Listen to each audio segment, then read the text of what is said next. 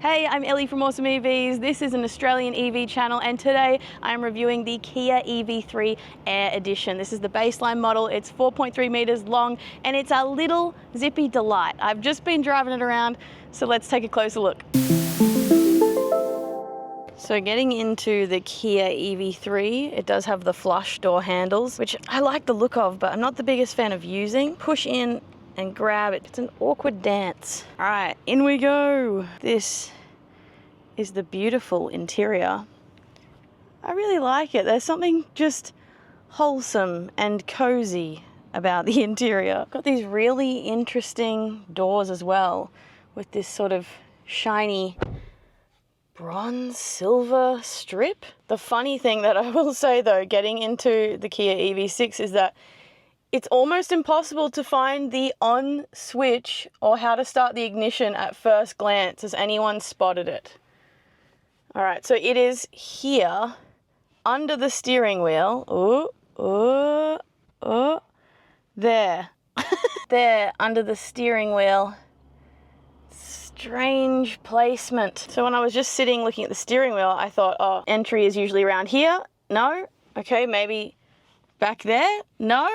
I thought, where is it? Oh, hello, it's hiding down there. So it does feel okay to kind of reach your hand like this, and you do a little thumb action here. But then, okay, let's turn it on. So we're starting up. Then the funniest part is the shifter is also hidden here, and to use it, what do? I haven't been in one of these Kia EVs before that have anything like this, or any Kias that have, so I might be silly, but this is just hilariously freaky and new school. What you do is you twist it. Twist to drive, twist to reverse, and then park, I guess you just push the button. Easy enough once you understand it. Right, so jumping in, what else have I noticed straight off the bat? Well, I love this large display here that goes all the way across. There's also an incredibly spacious feeling in this section here, and I've already put my water bottle down and it fits beautifully. Oh, I love that. There's a Qi charger, so wireless charging pad for your phone. You've also got the ability to hide the cup holders away, so you can put an even bigger water bottle in that position, or you can push that. A lot of Kias have that, and I love it. Now I've got this interesting space here. Put my camera, or one of my extra cameras. It does leave a bit of room to move around, but I do like that extra space. And we do have a console here, and oh, a little bit more space there, but not too much really. But there is also a tray underneath here, so it does feel relatively practical. You can see we've got a button for the cameras here. There we are. Got a couple different views.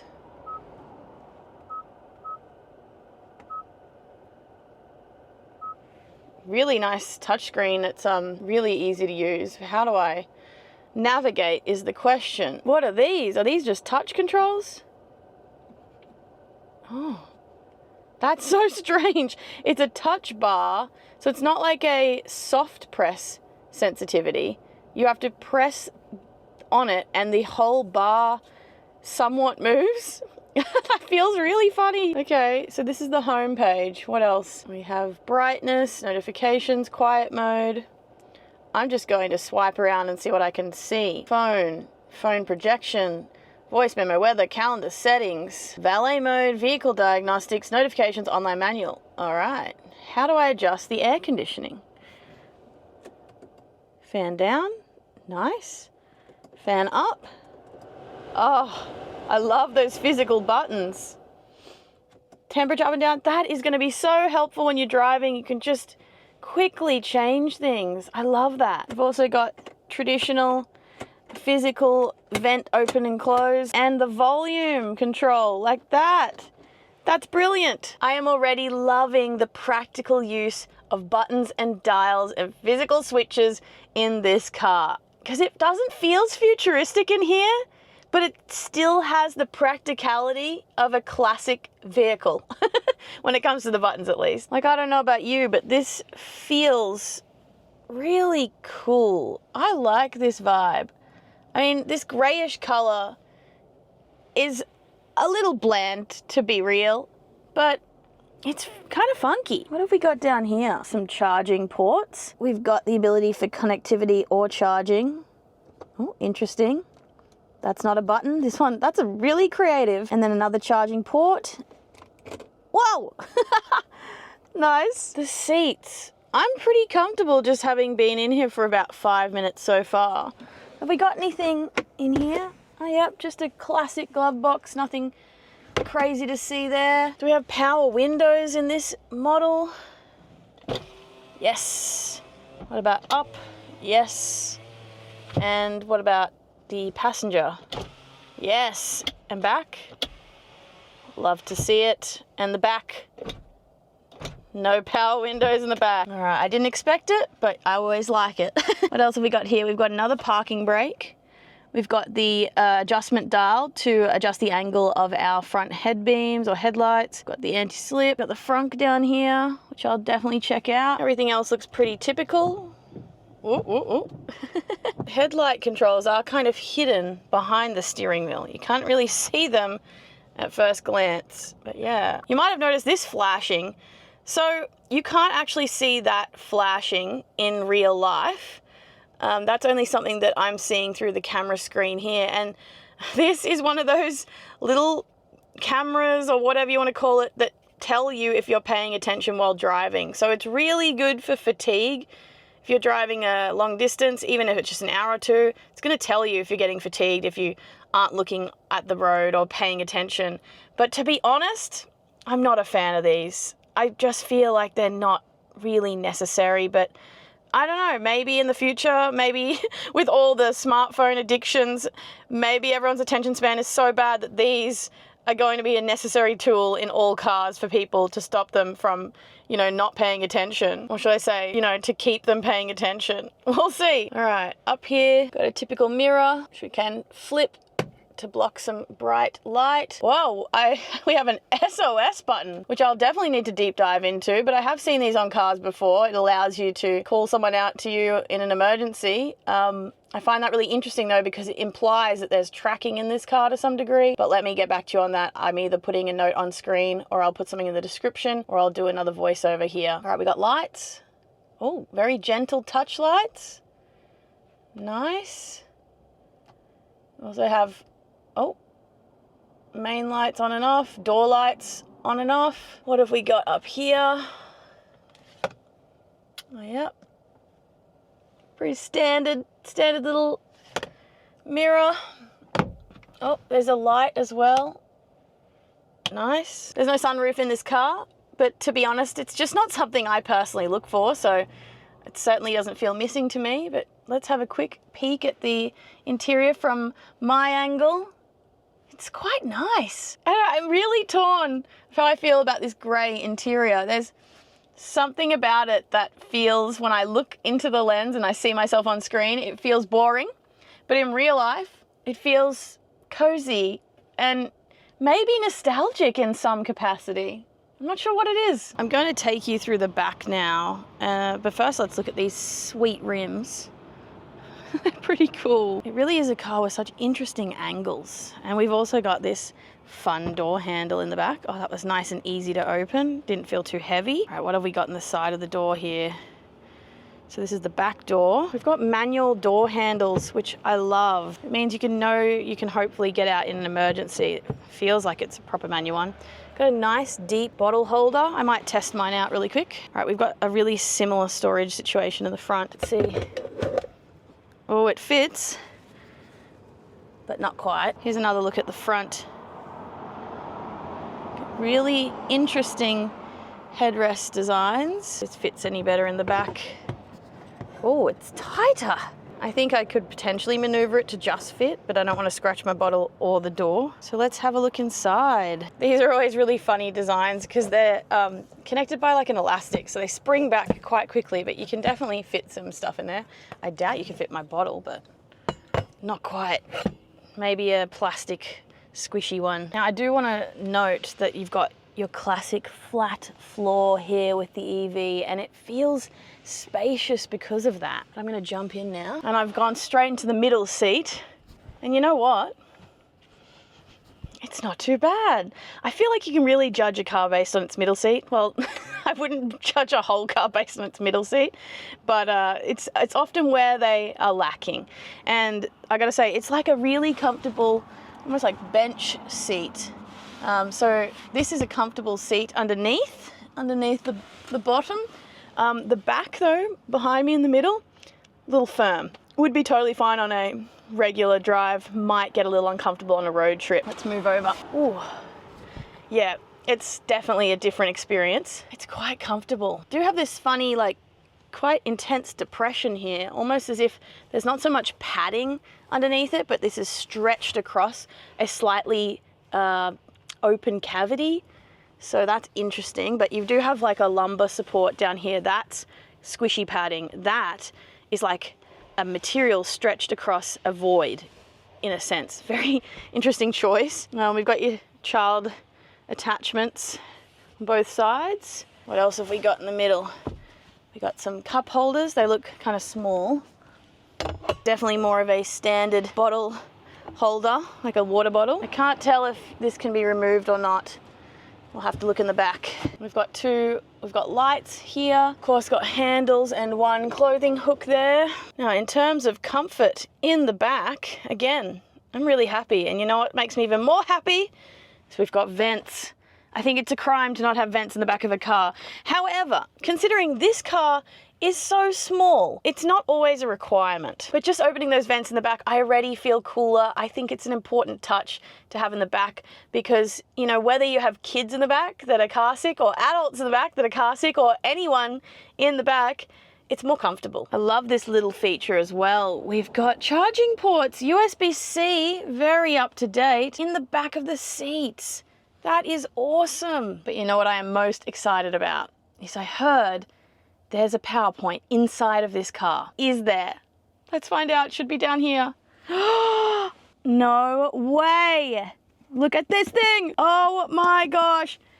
Unbelievable. This has got to be my absolute favorite thing to include in an EV, let alone any car. Because no matter if you're sitting in the front or the back, if you need to charge your tablet or your laptop, you are good to go. And not only that, this car has V2L, which is vehicle to load, which means it comes with an adapter, or it can be sold separately, that you plug into the outside charging port that allows you to plug appliances into that to power them. So not only do you have an AC Aussie plug, and depending on your region, your wall plug, input in the car, input inside of the car, but you have the ability to do one on the outside of the car as well. And honestly, I'd love to test both at the same time, but you know what I brought to test this inside? Not just my laptop charger, a whole PS5 Pro, PlayStation 5 Pro, and a display. So I'm gonna find out if you can play video games in here. Not that you would, it's kind of insane, but to be honest, is it? You actually could. I think we could put the PlayStation comfortably on the floor, and I think we could mount the screen, I don't know, on the back of the seats or something. I will be trying that later in this video. Now, as this is the baseline model, it doesn't have an electric tailgate or boot. So you do have to reach down, find the button. It's very easy to find though, and then open her up. And let's walk into the boot. There is my PlayStation as promised, waiting to be busted out. All my camera gear and important documents. It's quite a spacious boot. Like, I know I've filled it up with all my crap, but when I opened this for the first time before I filled it up, I thought, wow, for the size of this car, feels like you've got a lot of room to play with. We've even got a little bit of space down the sides here, on either side, and I believe there's space underneath. Let's see if I can lift it even with all my stuff. Yes, we can. Look at that. That's unbelievably deep. That's the V2L adapter I was talking about. You know what's also looking really interesting? Is that seems like the shape and size for a spare tire, which is something you don't always get with an EV. It shocks people, it disappoints, it surprises. It is unfortunately the truth. But hey, not in the Kia. All right, so we've also got this nice cover here. It's beautiful. Okay, there's no way to get through the back. That's all good. You've got your tether points and everything. We've got a hook here, a light here. Very nice. I will say that's pretty awesome. And check out the lights. It's just so funky. This is my height next to the Kia. Do you reckon I can reach that? Yeah, I can. I can reach it quite easily actually, which is nice. That's like perfect. Doesn't look like the biggest back window though, I will say. So I'm gonna be interested in the rear visibility. Cool little boxy car, isn't it? Check out what I found here in the glove box in this Kia guide.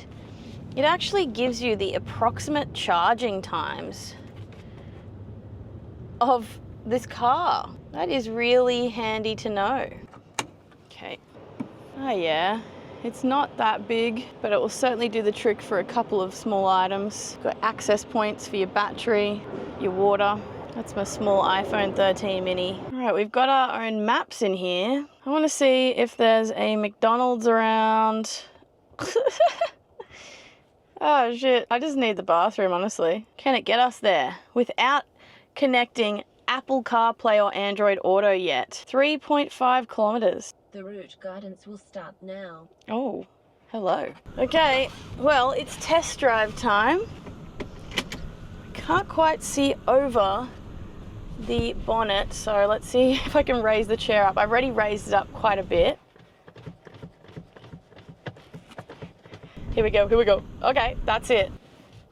That's pretty good, pretty good. So the view out the back is a little slim, but I'm driving a BYD Dolphin currently and it's the same. So it's not a shocker. Pretty good head checks, pretty good visibility. All right, let's take this baby on a drive. And let's go. Woo. So what initially really Turn left onto Nudgy Road and then turn right. This is gonna be interesting. Put the volume down. Guidance is at this volume. No. So what originally really excited me about test driving the Kia EV3 is, I don't know what it's beeping at. It's probably the fact that it's a small SUV and it's a Kia. Now, I'm a big fan of Kia. I've been driving a Kia Sportage for a bit and I love it. Just the baseline model definitely misses some bells and whistles, which I think this might be similar in a sense, but they just do great cars. So 4.3 meters long, this little SUV type car. It starts at $47,600 Australian, and that's a pretty reasonable starting price. However, the models do jump up and up and up to get all the extra features. So it starts with the Air that I'm driving, then the Earth, and then the GT, I believe. And it gets all the way up to around 63,000 or 70,000 even. With that, you're gonna get a lot more range, many features like an electric tailgate, and things like that. But I personally picked the Air to test drive first, and maybe only. I do have a chance at trying a GT, which I'll let you know if I do, because I honestly am very interested in affordable EVs. And you know, 47,000 is not necessarily affordable, but that is kind of the average price of a quality vehicle. I do like to try to pick cars that are more in the affordable range. However, you will probably still catch me in some really cool, incredibly expensive EVs, because this is an EV channel. I'm still going to check them out. But where I really respect and enjoy reviewing EVs is in this price point. I'm really comfortable so far, by the way. I can see well. I feel like I'm driving my BYD Dolphin. Really fantastic. I feel like I'm a little bit higher up off the road than I would be in like a Suzuki Swift or a BYD Dolphin, and yet it still has the feeling of a small, zippy, easy to maneuver car. Like, how good is that? Just feels immediately intuitive and comfortable to drive.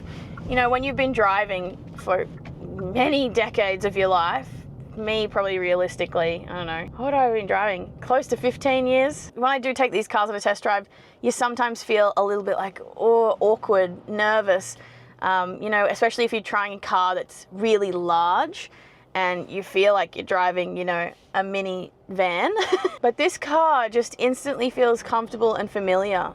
I'm loving that. I do find the sat nav that I've set up with the Kia a little bit tricky to read. It seems just a little zoomed out and a little small. All the streets are a bit more miniaturized than Google Maps or Waze, so that's kind of funny. It does feel like, to glance at the maps, it's not as safe as if I had maybe, you know, my Apple CarPlay or Android Auto connected. But it's also important to note there are instructions on where to go behind my steering wheel. So it's now saying, you know, 10 meters to turn left, stuff like that. The only thing I haven't mentioned is the range, and I believe that's 436 kilometers. The EV I've been driving for the past year has a range of 490 kilometers, and that did cost a little extra to get that range. So for a baseline model of a car, this seems pretty reasonable. Although I definitely feel like the sweet spot of range is a minimum of mid 400, so like 450 kilometers plus. So it would be interesting to know how this car feels long term, because range in an EV, you know, typically doesn't actually reach what they advertise. So this might be closer to, I don't know, 400 kilometers of range, which definitely is on the smaller side. And it's making me kind of think of the Hyundai Insta, which is coming out, which is also touted around that high 300s or just under 400 kilometers of range. But that car seems so cute and fun that I don't even care what range it has. No, it's just more that you've got to remember, not everyone wants or needs a car that has an insane amount of range. Like, definitely the more the merrier, and you don't want to be ripped off. But I know, like, some people get a bit grumpy, or they try to put down EVs for their range. Not all of them do have a low range. Some are quite incredible, but I personally just don't think it's necessarily a write-off when they have a lower range. I think if anything, range is a case-by-case basis. Like, what's going to work for you and how you drive your car and how often you drive your car. Because if you think about it, someone that owns this car might be someone in their 60s, and they have to drive their grandchildren around, so they got plenty of comfortable room in the back. Or they might be me, just me and my mates want to go driving. Or they could be a parent, someone in their mid-30s, 40s, and they've got their kids or teenagers in the back. And this is feeling like such a comfortable car to drive with just enough space to put some things in the boot or in the back or even in the footwell. And yet I feel like this is one of those cars where you won't feel afraid to park in a tight car park or a difficult shopping centre. I'm saying this as if I've been driving this car for days or weeks, but it's just giving me that feeling instantly, which is pretty cool. And then you've got to remember, if you're lucky enough, you could have solar panels on your roof, and you could be charging this car with the assistance of the sun and really getting the most out of it. And I think that's where this car could be just such a great little runaround car. Zoom up to speed to get over past this person. Yes, we can. That is zippy. You gotta love the instant torque of an EV. You gotta. It drives me nuts when you're on the freeway and you can see someone coming, when someone is coming up the on-ramp onto the freeway and they are racing you. Don't do that. You're meant to give way as you're coming onto the freeway. Look, I've got to remind you guys that I am 5'1". It's like 150 something centimeters. Close to 160, but maybe not quite. And it's really tricky to find cars that are comfortable when you are this height and that you fit in and it just feels right and you can see over the bonnet. I feel good. I feel great. This is lovely. Oh, do we have music? Yeah, there's a bit of a hum outside. It's hard to tell. But she's singing. Oh, that could have been a good park for me. I gotta pee. I need the butler. Okay, this is it. This is where I'm going. Is there a camera? Where can I see my camera to know if I've parked well? I don't know.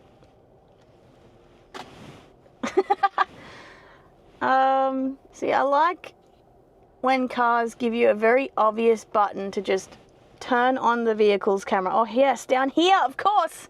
I mentioned it earlier. Okay. Can I see the front? No front view. Is there no front camera on this? I mean, it is the baseline model. Well, dang. I don't think there is. I'm gonna have a pit stop now. But this car so far, what a delight. Okay, I'm back. I have had my pit stop. I'm ready to set up some fun with the car. Haven't played any music yet. Comes with sounds of nature. What a fun bonus. What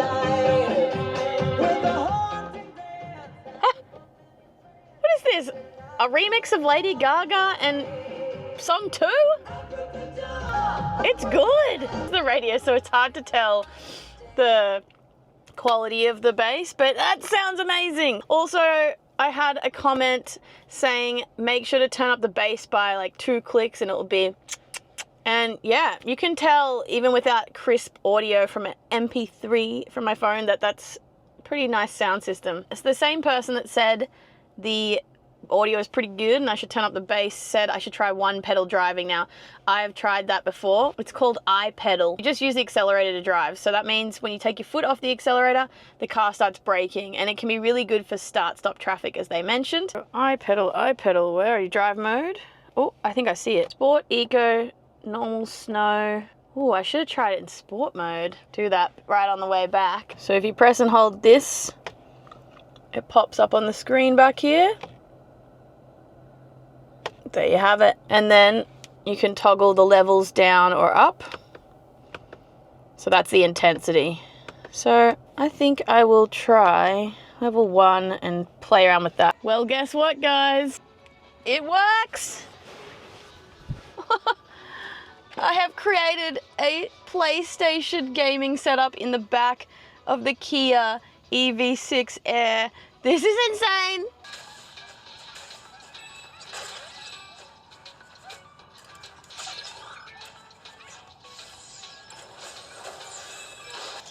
How crazy is this?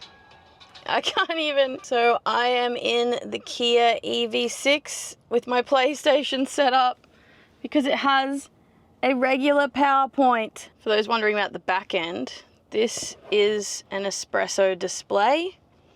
It's a really thin 4K display that magnetizes to its stand. I just put the stand in the back there. It's meant to just sit on a desk, and it also folds up. So I just slotted that in there. It connects via USB-C to the display. The other end of the cable has a USB and an HDMI. That's your one cable you need. And then the PlayStation powers it. The PlayStation itself only actually needs one cable, and that is the power. And so that's the setup.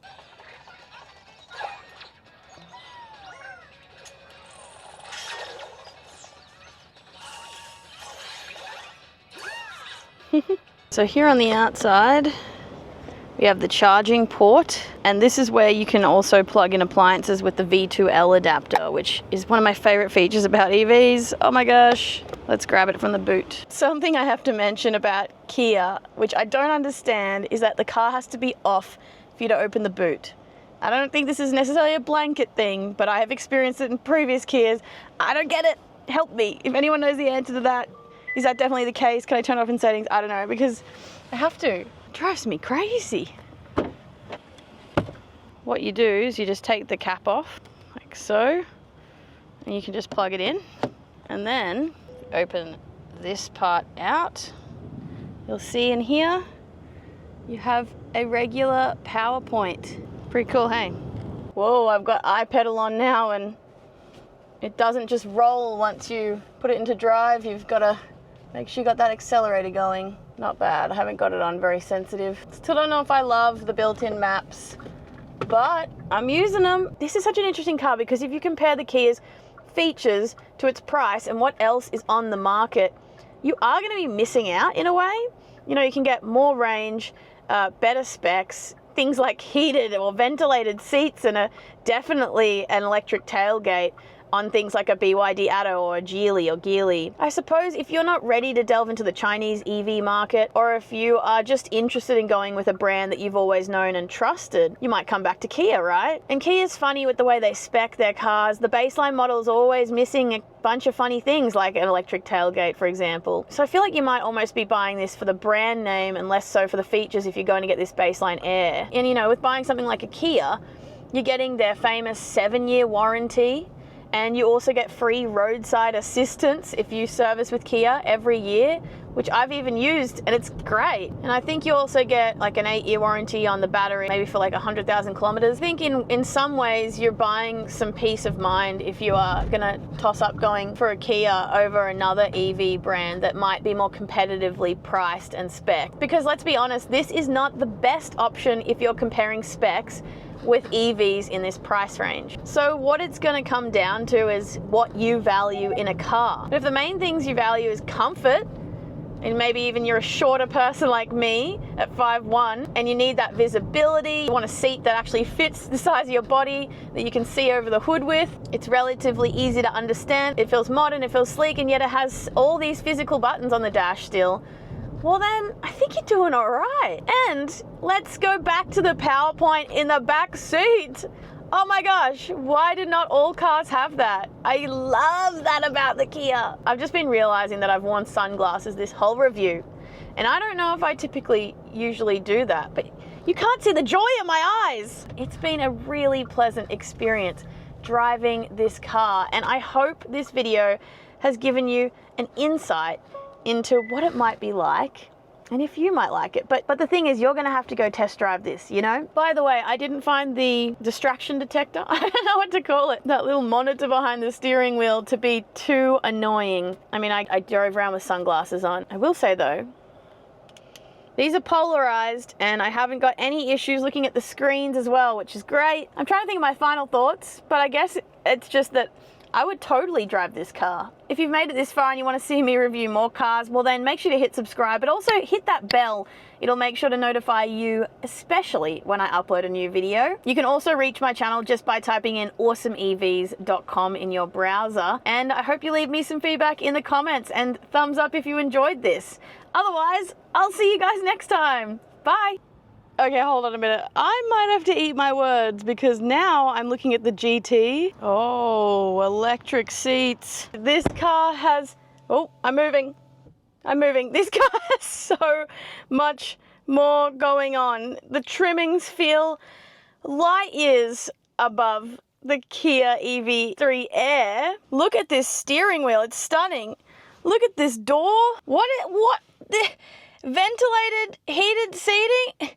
Is this heated and ventilated seats? What is that? I'm running out of time to review this car in full, but I just want to say there is a noticeable bump in quality and style. Wow.